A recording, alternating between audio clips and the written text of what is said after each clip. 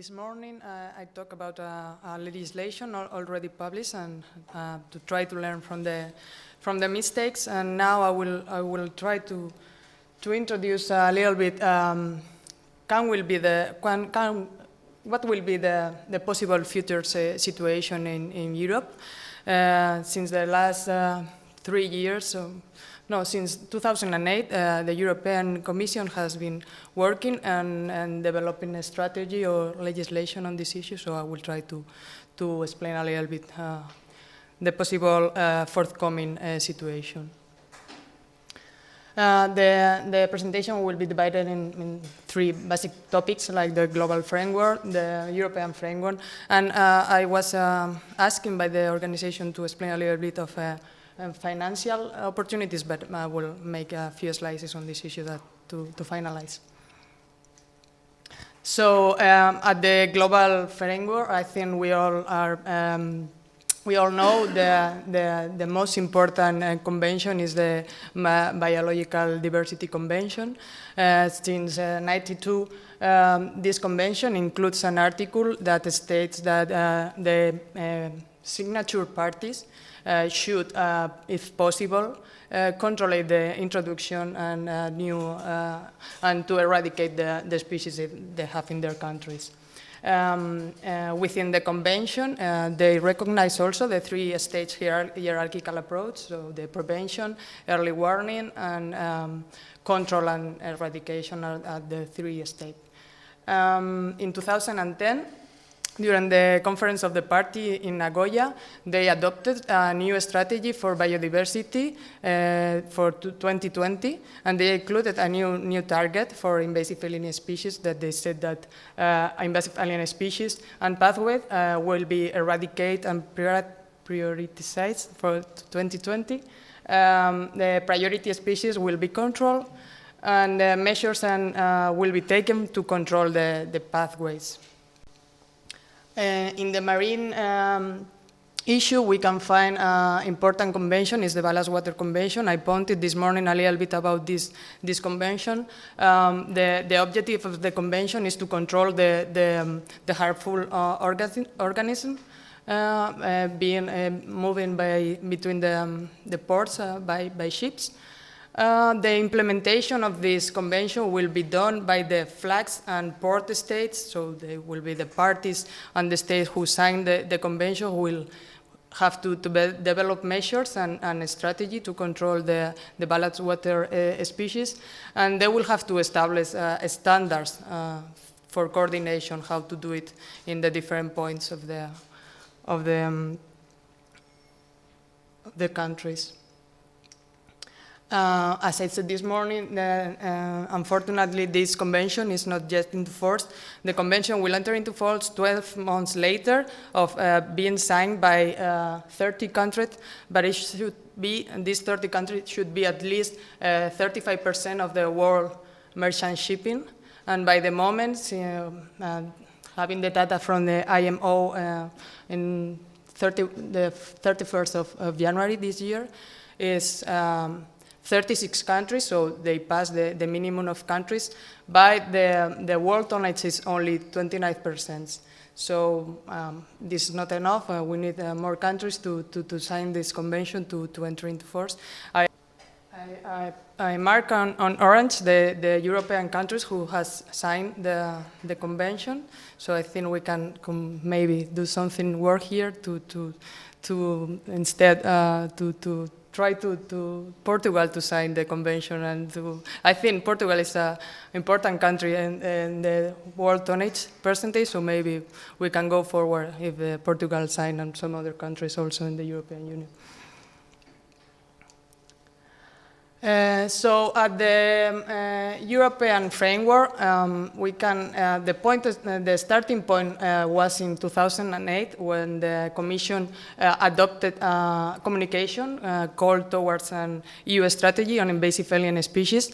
This communication also recognized the 3-stage hierarchical approach, but since this year, this is not the only way that the Commission has been working. They have developed other tools to fight against the invasive alien species.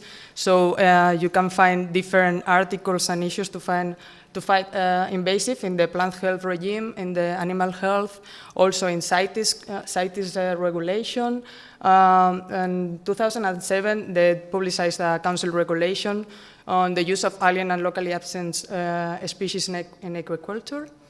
Also, the nature directives, habitats and bird directive, they have the Article 22 and the Article 11 to try to fight against the new introduction of invasive alien species. The Water Framework Directive, and also, as it was shown some work yesterday, the Marine Strategy Framework Directive.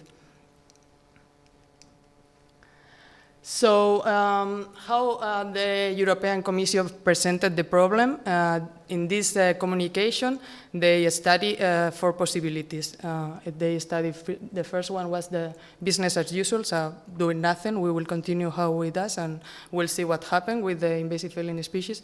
The second possibility was to maximize the use of the existing policy tools, mostly plant health regime and animal health regime. Maybe they can broaden their mandates and not be only to control illness or pests for agriculture or for cattle. Maybe they can broaden to control maybe some problems for wild animals or wild plants or whatever they can do to make broader their mandates. The third possibility was adapting the existing legislation in the European Union, and the last one was to create a dedicated EU instrument, legislative instrument to fight against invasive alien species.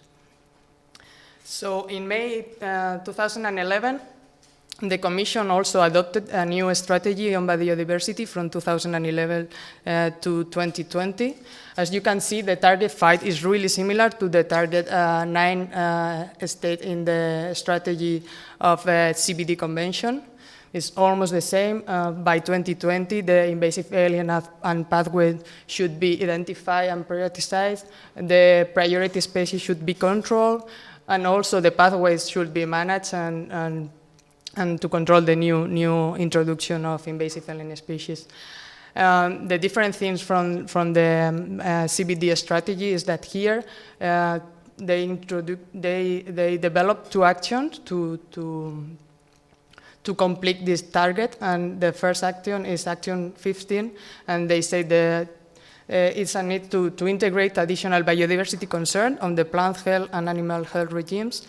And the second action is this dedicated legislative instrument. By the moment, the European Commission and the Biodiversity Unit, the Unit of Nature, is working mostly in this Action 16. This is only a political issue that it was important for the Commission. They have the support of the Council of Europe and also from the Parliament. It seems nothing important, but it's really important in the European level. We have Council and Parliament, and you have to have the support to develop the measures taken by the Commission. So in this sense, the Council made 3 important points. One was the synergy with the other regimes. Other was to continue working on the establishment of the new legal instrument. And I said the Council encouraged the Member State to ratify the Wallace-Water Convention. So I think that was the resume of the Council Convention. You can see here a summary of the activities held by the European Commission. They have had different meetings. They start with working groups in 2008, and they reopened these groups in 2010. They have also done public consultation, the different meetings with different stakeholders and also with the member states.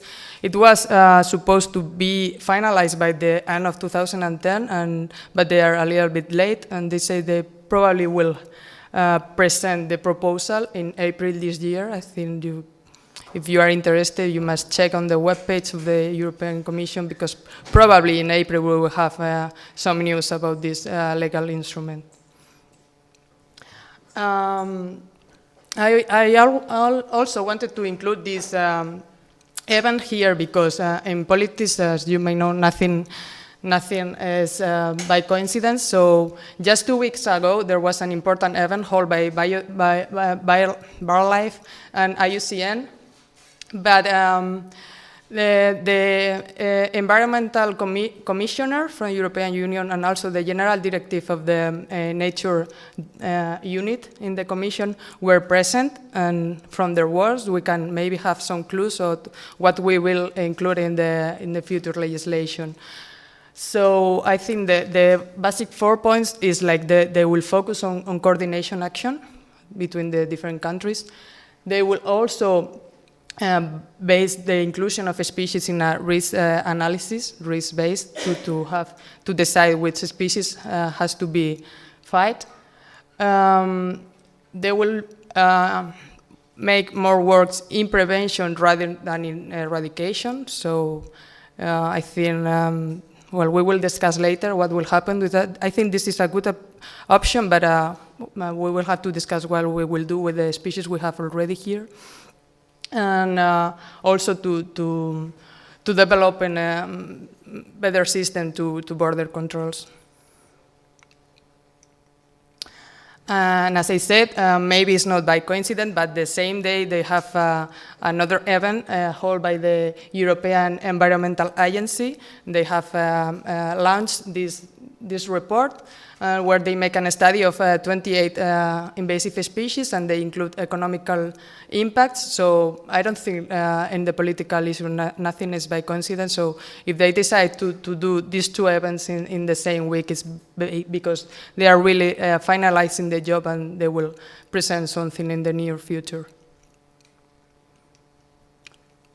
As I said, they recognize the three-stage hierarchical approach. So during these all meetings that I present in the summaries from 2008 till this year, they have been discussing the different options to afford prevention, early warning, or eradication. Other horizontal issues have been, as you all know, awareness, financing, and also liability. So entering in the first stage of the hierarchical approach, the basic decision will be how we will work with blacklist, whitelist, or a mixed system. When the Commission presented these three options in a meeting, it seems that it was open for any of them. But answering a question made by one of the member states, the response was really clear, like the more feasible option for the European Union now is a blacklist. They don't think the European Union will work with a white list for the whole countries. And they open this white list only maybe for the overseas territories. Maybe for them, they will have special conditions, and maybe they can work with white lists. For the rest of the continent, they think the more feasible possibility will work with a black list of species. For the pathways, it was discussed what will be the criteria to choose these pathways. Should we focus on pet trade? Should we focus on ballast waters? What will be the pathway we have to control the most? Also, what will be the measures to control these pathways? And for the risk assessment, practical issues is like who will be responsible for making risk assessment. This is, I think, should be really expensive, so nobody wants to take the decision to, it will be the member states, or it will be the Commission, or it will be, I don't know, a mixed system between them, who will have the responsible. It will be mandatory or not. It's an obligation, or we will just present some data. And also, the selection of the pathway will have to be done on risk assessment, the same as the selection of the species. So, for the prevention, they divided in different issues to control. But on one side, they wanted to control the borders, so how we control the trade, the imports, and the holding. And there's three species where if we have a blacklist, and We will have a blacklist where this species will be allowed with a permit. We will have a blacklist where nothing is possible and it will be everything banned. Or we will have a white list and only this species will be allowed with a permit. For the releasing to the wild, something similar, like the blacklisted will be banned to release into the ban. The second option is if we have this ban, what will happen with other alien species that we don't know if can be a potential risk. We will have to have a permit for any of them before to release them into the environment. Or we will have a white list that will be the only one that can be allowed to release in the environment. For the management of priority pathways, there were also 3 options with different sub-options. As I said here, it's not clear who will have the competence. Should it be an intervention of the European Union? This depends on the country you are talking about. As you may know, for example, the United Kingdom doesn't like EU intervention in their system, so it depends. Maybe in Spain we don't have much problem with the EU intervention because it has helped us to develop some issues. But we will have to discuss in the future and make an agreement between the member states how will this work. So yes, it could be only member states to require to take measures, so we will have the intervention of the European Union, maybe by providing guidance or maybe like giving approval of our measures. Maybe like the plant health works, when there is a new pest for a plant, the country has the right to have 50% of the funding from the European Union to fight against this pest for the 2 first years. But the measures taken has to be approved by the European Union. You cannot do whatever you want to have this money. So we don't know if we will work similar to the plant health regime or what will happen. Changing now to the second stage of the hierarchical approach. I put here the guiding principles because at the beginning it was not clear what was understood by early warning and rapid response. And what they said is these are measures that are crucial to prevent the establishments. So we all have to know that this only for prevention. When something enters by the first time in a region, the measures to early warning and rapid response are the ones to fight against this establishment. And this is not really clear what will be the limit, but is what they understood by rapid response. So to discuss this issue, the European Commission present 5 different options. This is also practical options on how it should work. Could be a voluntary network within the early warning. So the countries, if they think there is something that might be dangerous, maybe they will send a notification to the coordination in Brussels or not. It's not a mandatory issue, so we'll see. The second was to create an independent panel of experts. I don't know, I think you may all know how it works in DAISY or the North Baltic invasive species partnerships. So they were thinking to develop something similar for invasive species within the EU. Third one was to create a European Technical Observatory. This is like the European and Mediterranean Plant Protection Organization. Or we should create an agency only working in invasive species. Or it should be the Commission to have the coordination and central authority for fight against invasive species. I don't know what will be the final decision, but from the meetings I've been involved with the financing situation that is already in the countries, the more feasible options were B or C. Nobody wanted the voluntary measure, it was not enough. But a new agency or a EU central authority, it seems too much for the country to invest now, so probably we will have a kind of panel of expert or observatory working and giving guidance of new invasive species appearing in the EU. Another issue on the discussion was the when should the notification be required? Like if we send many notifications, maybe we lost the conscience of the people. We cannot be sending notifications all the time that something appears. There should be someone who take a decision in the country to say, this is really a problem, we should send a notification, or this is not, how it will work. So to discuss this issue, they present 3 options. Early warning, only for blacklisted. As I said, probably the European Commission will present a proposal that is focused on prevention. So the blacklisted should be species that are not yet or not widespread in the European Union by the moment. So yeah, we can maybe make early warning for these black species because they should not be in the main territory of the European Union. The second one could be this early warning for blacklisted, but also for potential invasive species.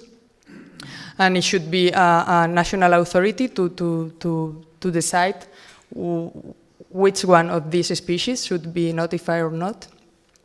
Or the third option is everything that appear in the wild, every alien species established in the wild should be notified. It will depend on the charge of work that we will want to have to take the final decision. How to support this? We should have, I don't know, like kind of body to detect, verify, do assessment and evaluate before sending the notifications. And an important question was when should eradicate programs be discontinued? When we should realize that the rapid response is not working and we should go for longer term. And this is if it's the rapid response that will obligate to eradicate is mandatory. We will have to be really clear when we will pass to long-term measures.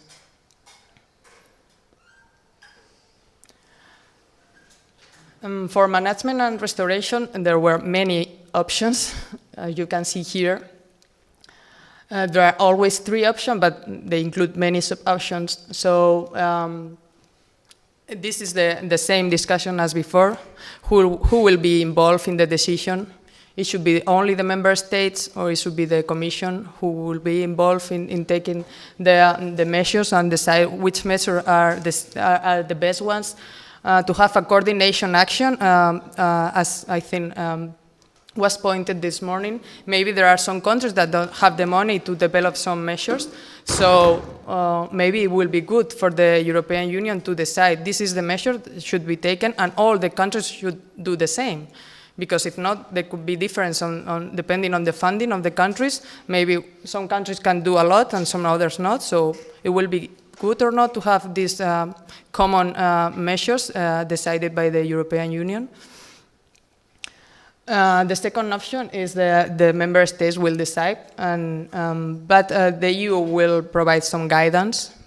Maybe it will be obligatory to eradicate in some specific areas, protected areas, or I don't know, it will be the D2D, eradicate required in all the cases, with derogations possible when the eradication is not possible, but how we will decide on this.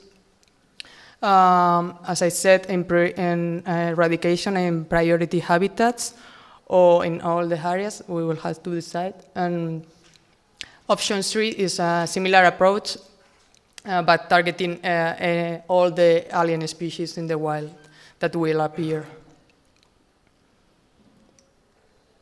So for restoration, that I think is something that we will have to have in mind every time we start with eradication program. We have to think on restoration, which species will occupy the habitat that we are giving free from eradication the species. The option presented by the European Commission was similar for management.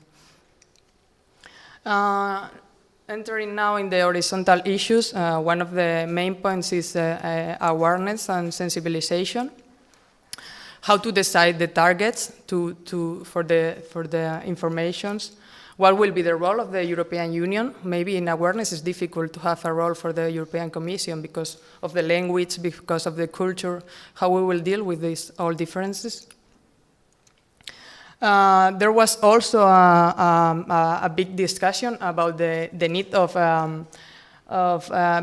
do mandatory to develop national invasive species action plans. There were some countries that said that we don't need to spend time on developing action plans at the national level. We will have we have need to start working on the land because it's late. So, do you think it's important to have this national action plan or not? There was some discussion on these issues. As I said before, should we treat differently the overseas territories?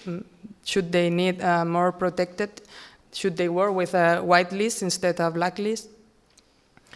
And a topic that was discussed this morning, which research are needed for dealing with invasive alien species?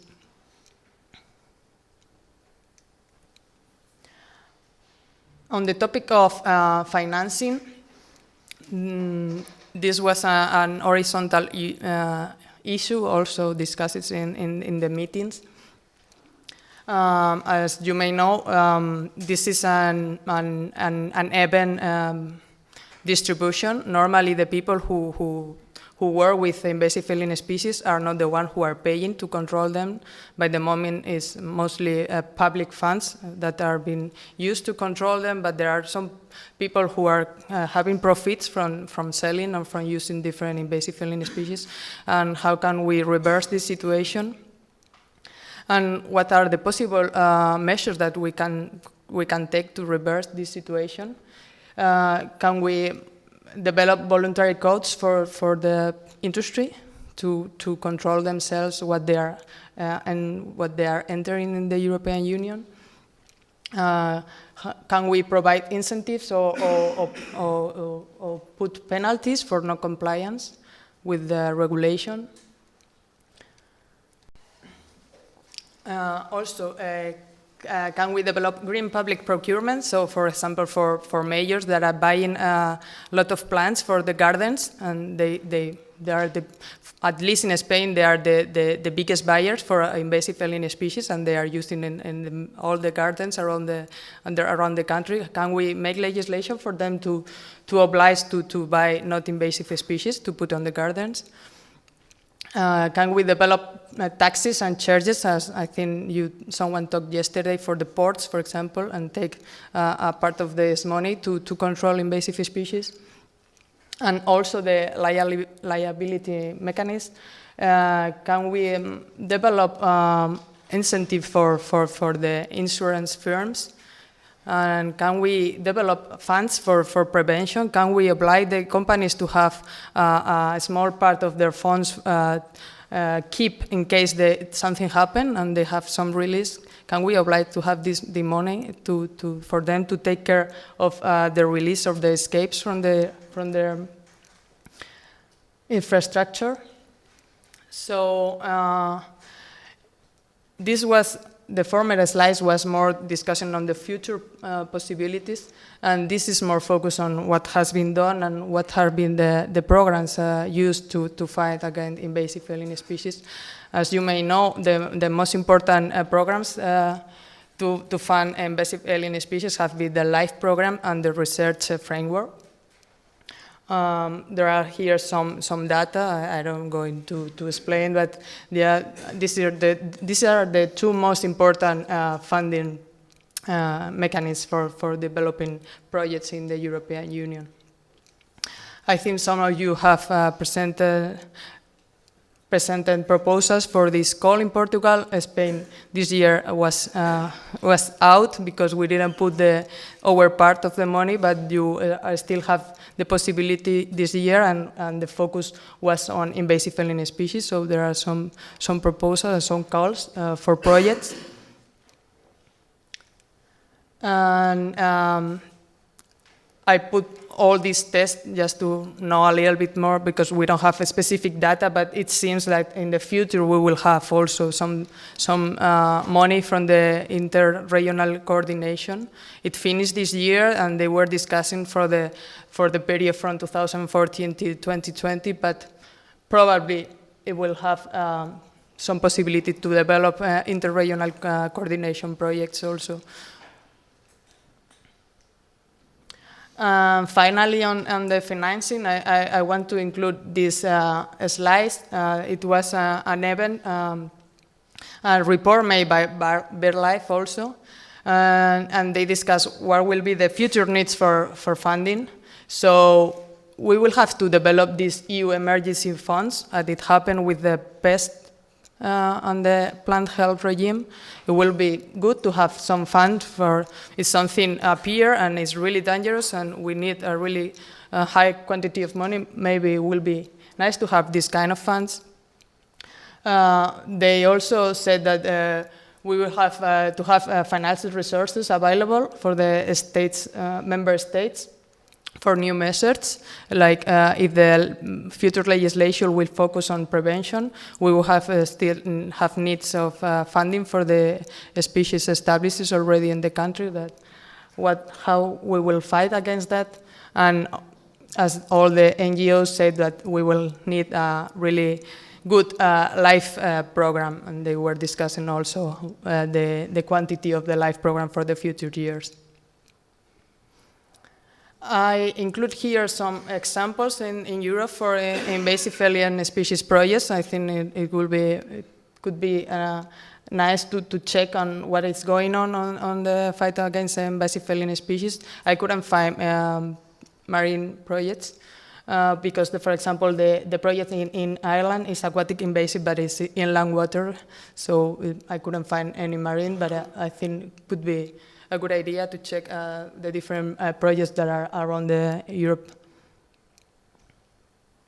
There are here some old projects, also financing by LIFE program. And finally, I'm sure I left many open issues because, as you may know, the European Commission never works with a draft. And we don't know exactly what is going on the proposal that they will present on April. So we don't have the final response, but I think with this you can have a picture of maybe what will be included in the future proposal. And I made I proposed some questions for discussion. As I said, what we will do with the species that we have here, and we need a lot of money to control. How to prioritize species also within a blacklist, because you can have a list, but you cannot go for everything, so maybe you will have to prioritize within this list. And do we need a centralized database to work all together and coordination to know what is happening, what is appearing in the one country? We don't have that information now. I don't know exactly what is appearing in Italy or in France, in Portugal, so just for the after discussion. Muito obrigada.